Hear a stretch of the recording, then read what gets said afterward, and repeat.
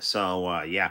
Oh, you know what's funny pro wrestling wise though? Hulk Hogan was, I guess, on Joe Rogan fairly recently, and he just I guess this is like kind of like a more mainstream audience's exposure to his lovable brand of bullshit.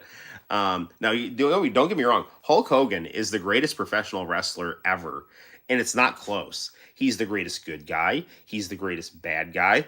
He's got the best ring psychology. He's got the best charisma. He is an adequate technical. Oh, thank you. I will keep rambling on. He's not like the best technical wrestler, but if you watch his Japanese matches, he's decent. Like he knows what he's doing.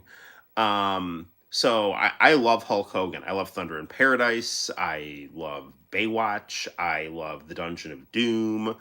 I love his 80s WWF stuff, his 90s WCW stuff that's like cartoony, and then the whole like edgy Hollywood Hogan stuff. He's the best, and it's not close. He's the Michael Jordan of professional wrestling. He's the Babe Ruth of professional wrestling. He's on another stratosphere. Nobody's close. And if you think you are, you're not. So now that we've got that out of the way, Hulk Hogan is also insane and tells like these Frank Dukes level nonsense tall tales about himself, which are wildly entertaining. And he started telling him on Joe Rogan, like how. All right. So I think he floated out there that he was almost a bass player for Metallica, which is completely untrue. Uh, although he does play bass. Like what he does is he takes like a thread of truth and then just goes totally insane with it. I also enjoy the Make a Wish Kid story. Now I think he did Wembley with Ric Flair in WCW. So he might be mistaking that situation with like SummerSlam 1992, which he was not at. But then apparently he was saying like he was backstage with Michael Jackson and Mr. T, which I don't know where he's getting that from. And then there's like some dying kid who's at the show from Make a Wish, and then he like dies while Hulk is in the ring, and then Hulk comes out of the ring and realizes that the kid's dead, and then like he like real life makes this song called Hulkster in Heaven, which is like phenomenal. It's like it's totally insane.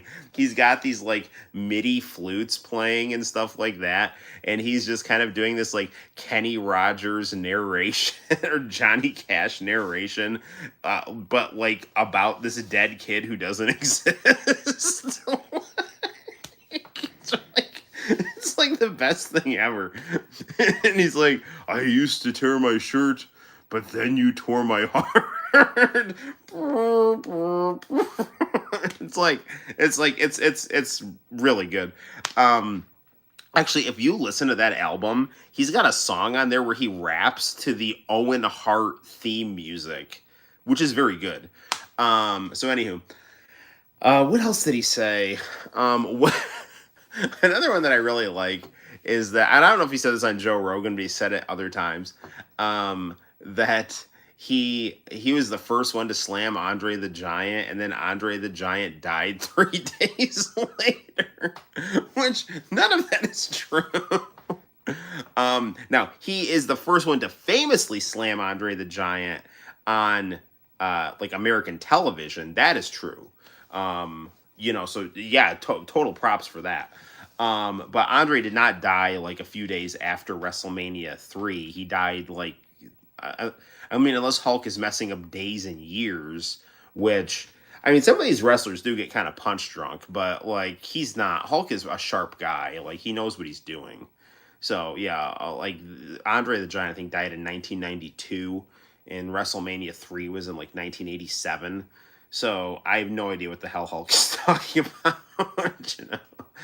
And then he claimed he was the one that turned cats and dogs against each other. So, yeah, I love Hulk Hogan, and his insane storytelling makes me love him even more. But he's so full of shit that it's like, I don't know. It's like you can't believe anything that he says. And part of that is kind of endearing, and another part of it is like, what the hell are you talking about? Like, are you like high right now? I don't know. But I guess that, I mean, since he lives in a cartoon world, it would make sense that he projects that cartoon persona. He's always working. And actually, if you watch Justin Wang's new video on Rick Rude, that's an interesting one. I heard the rumor that Rick Rude accidentally made his penis fall. So, and I believe, like, drug addicts do this. Like, they'll directly intravenously shoot things, right? So, legend has it that Rick Rude tried to shoot Viagra into his genitals to try to speed up the process, and that then led to an infection, which then led to an amputation. And since Rick Rude, like, his whole pro wrestling persona was this, like, this oversexed ladies man, and now he had screwed up so badly that he had, like, nothing down there, he killed himself. I don't know if that's true or not, but it it sounds feasible because wrestlers shoot up all the time. Their gimmicks and their lives become intertwined, and it just sounds like a horrible, tragic thing to happen. I mean, Rick Rude dying young is still a tragic thing, no matter what. I mean, I certainly hope that didn't happen because I don't wish that on anybody. Even Dick Cheney, who's a horrible person, and his heart is made of Legos. Where there's action, there's Hulk Hogan.